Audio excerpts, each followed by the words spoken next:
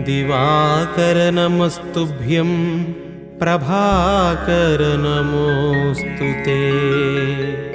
सप्ताश्वरथमारूढं प्रचण्डं कश्यपात्मजं श्वेतपद्मधरं देवं तं सूर्यं प्रणमाम्यहम्। लोहितं रथमारूढं सर्वलोकपितामहं महापापहरं देवं तं सूर्यं प्रणमाम्यहम्।